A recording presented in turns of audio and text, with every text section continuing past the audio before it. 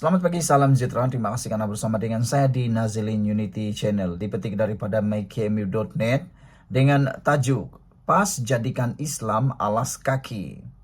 Anggota Majelis Kerja Tertinggi MKT UMNO Puan Zarkasi membidas PAS yang didakwanya cuba melemahkan kerajaan perpaduan dengan memecah belahkan parti-parti yang menganggotainya. Sebagai contoh, katanya, apa sahaja kenyataan pemimpin atau ahli DAP yang kontroversi akan dieksploitasi. UMNO benteng jaga kepentingan Melayu, Islam dan Raja-Raja Melayu dalam kerajaan perpaduan hari ini, kata Puan. UMNO tidak jadikan agama tunggangan macam PAS, kata beliau dalam hantaran di Facebook hari ini. Walaupun tidak menyebut secara langsung, Puan dipercayai merujuk kepada cadangan pengerusi DAP wilayah Persekutuan Tan Kok Weh Ahad lalu supaya pilihan raya Majlis Tempatan diperkenalkan semula dengan Kuala Lumpur sebagai medan ujian pertama. Cadangan itu ditolak golongan konservatif dalam UMNO PAS dan Bersatu yang berhujah pilihan raya kerajaan tempatan akan mengakibatkan ketegangan kaum kerana penguasaan DAP dalam pemilihan tersebut. Kebimbangan seperti itu turut dimainkan oleh Timbalan Presiden PAS Tuan Ibrahim Tuan Man yang mengulangi dakwaan bahawa pilihan raya Majlis Tempatan akan menghakis kuasa politik Melayu. Mengulas lanjut, Puan juga menyelar Ketua Pemuda PAS Afnan Hamimin bahawa UMNO adalah alas kaki DAP dalam isu berkenaan. UMNO tidak akan setuju jika tidak sesuai dengan dasar UMNO. Sebab itu ada hikmahnya UMNO berada dalam kerajaan perpaduan, kata Puan Zarkasi. Tuduhan bahawa UMNO alas kaki DAP adalah percubaan untuk memanaskan hubungan DAP dan UMNO, katanya. Afnan yang juga ahli Parlimen Alor-Setar sebelum ini mendakwa perkara itu selepas mengambil kira beberapa kenyataan pemimpin DAP berhubung persempadanan semula kawasan pilihan raya, bukan Melayu dilantik Perdana Menteri dan cadangan memperkenalkan semula pilihan raya kerajaan tempatan.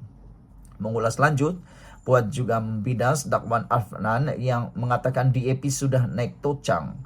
Sedangkan katanya PAS sebenarnya yang naik tocang apabila menang banyak kerusi berbanding UMNO dan Bersatu.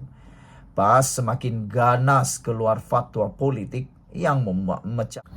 Selamat pagi, salam sejahtera. Terima kasih karena bersama dengan saya di Nazilin Unity Channel. Saudara-saudara sekalian, ini satu keputusan, ini satu yang menggemparkan daripada SPRM. Akhirnya hari ini SPRM menyita Menara Ilham. Wah, ini cerita panas yang Anda harus dengar dari awal sampai akhir dan pasti melibatkan orang yang kaya di Malaysia. Suruhanjaya Pencegahan Rasuah Malaysia SPRM menyita Menara Ilham, sebuah bangunan komersial bernilai tinggi yang terletak di ibu negara menurut laporan media. Bangunan pencakar langit itu dimiliki bekas Menteri Keuangan Daim Zainuddin dan yang juga teman rapat bekas Perdana Menteri Dr. Mahathir Mohamad.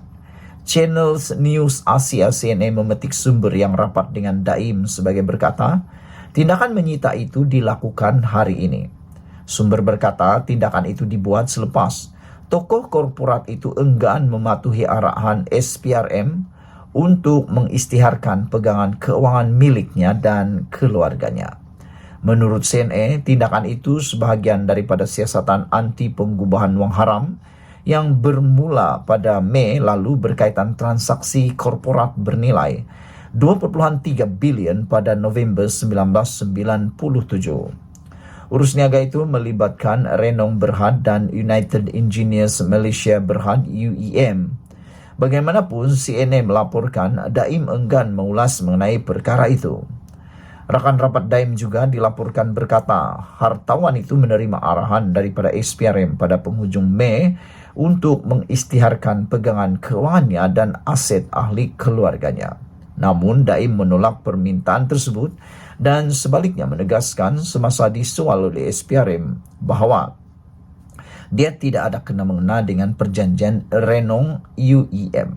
Daim menegaskan perjanjian korporat yang menyaksikan UEM memperoleh 33% kepentingan dalam Renong adalah semata-mata transaksi korporat antara syarikat yang ditadbir oleh pengurusan, lembaga pengarah dan pemegang saham masing-masing.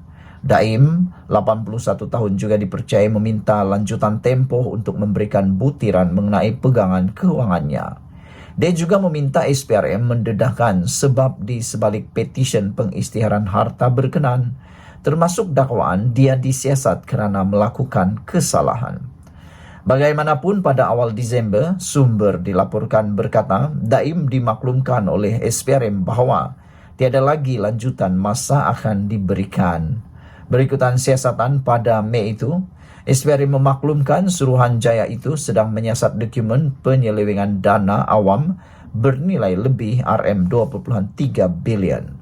Pada Jun lalu, agensi anti rasuah itu memaklumkan telah membekukan lebih 39 juta ringgit dalam akaun bank, termasuk milik bekas Menteri Kanan yang tidak didedahkan, 2 ahli perniagaan bergelar Tan Sri dan ahli keluarga mereka.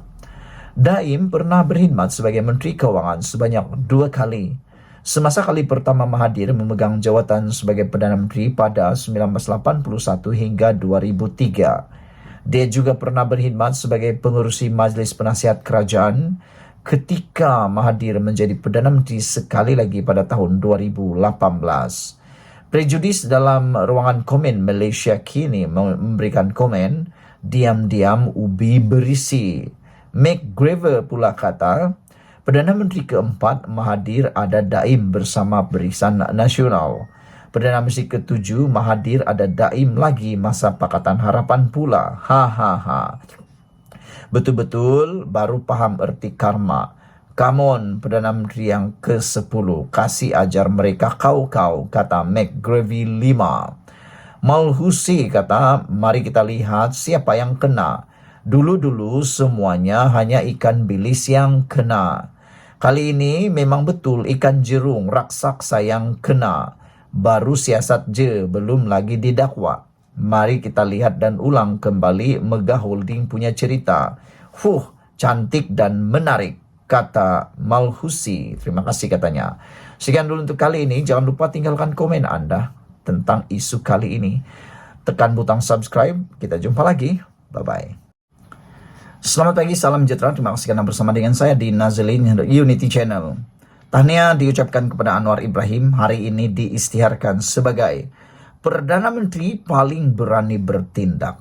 Anda tahu Anwar Ibrahim adalah antara Perdana Menteri yang paling berani bertindak yang setahu saya pernah jadi Perdana Menteri di Malaysia. Lainlah kalau Perdana Menteri yang lain.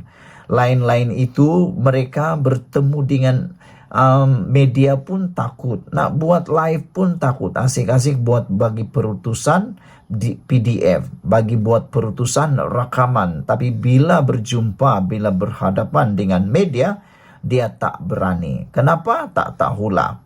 Tapi lain pula dengan Anwar Ibrahim yang kini telah pun diisytiharkan sebagai Perdana Menteri paling berani bertindak. Apa cerita? Adakah Anwar Ibrahim lebih hebat daripada Mahathir? Terpulang pada anda. Rakyat puji Anwar Ibrahim sekat kapal Israel. Ini yang menyebabkan Anwar Ibrahim diisytiharkan sebagai Perdana Menteri paling berani bertindak. Kerajaan Malaysia buat pertama kalinya mengambil langkah paling tegas apabila tidak lagi membenarkan syarikat perkapalan yang berpengkalan di Israel iaitu ZIM daripada berlabuh di mana-mana pelabuhan di negara ini. Perdana Menteri berkata, kerajaan memutuskan untuk tidak lagi menerima kapal yang menggunakan bendera Israel berlabuh di negara ini, selain larangan kepada mana-mana kapal yang dalam perjalanan menuju ke Israel daripada memuatkan kargo di pelabuhan Malaysia. Seperti dijangka, keputusan kerajaan itu mengundang tanda tanya. Berikutan ramai tidak mengetahui bahawa kapal Israel telah dibenarkan berlabuh di Malaysia sejak 2002 lagi di bawah pentadbiran Tun Dr. Mahathir Mohamad. Tun dalam ulasan ringkasnya semalam mempertahankan keputusan pada 2002 kerana ketika itu Malaysia masih menaruh harapan kepada usaha damai antara Palestin dan Israel. Sementara itu, Facebook Datuk Seri Anwar Ibrahim terus dihujani komen positif rakyat Malaysia yang menyokong penuh usaha beliau dalam menunjukkan ketegasan terhadap Israel.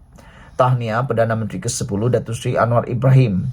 Negara kita, keputusan kita. Tiada negara lain yang boleh campur urusan negara kita, tulis Muhammad Syafiq Yassin. Bergabunglah dengan Indonesia, bukan setakat halang dari belabu, kawal Selat Melaka dan halang terus dari lalu terus macam Yamen buat. Kapal menuju ke Israel semua kena pakai jalan jauh, cadang Tony G. Dino Syam mula menulis, keputusan kerajaan itu satu tindakan berani dari seorang yang tidak pernah takut dilanyak dan dipenjara. Dan bertahun-tahun kontena ZIM ini dalam Malaysia. Baru ni Perdana Menteri ke-10 tegas dengan keputusannya. Tahniah, ini salah satu syarikat yang terang-terang milik Israel. Hairan mengapa sekian lama tak ada yang suarakan isu ini. Terima kasih Perdana Menteri 10, komen Amanda Lee. Sementara itu, Wan Abdul Aziz meninggalkan komen mengatakan, jika Perikatan Nasional PN masih mentadbir Malaysia, pesawat Israel bukan sahaja boleh melalui ruang udara negara, bahkan mungkin dibenar melalui atas Putrajaya.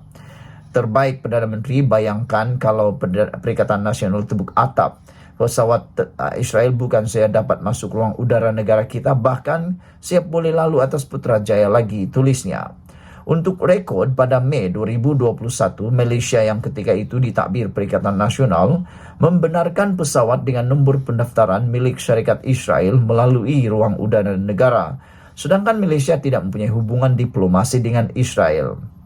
Mahathir sendiri pada waktu itu mengecam kerajaan dengan menganggap Perikatan Nasional gagal mengambil kira pandangan umum rakyat terhadap Israel. Bagi Arif Kadir Al-Khatami, dia berpendapat, Perdana Menteri ke-10 lebih berani berbanding Perikatan Nasional pada ketika mereka mempunyai duta khas ke Timur Tengah.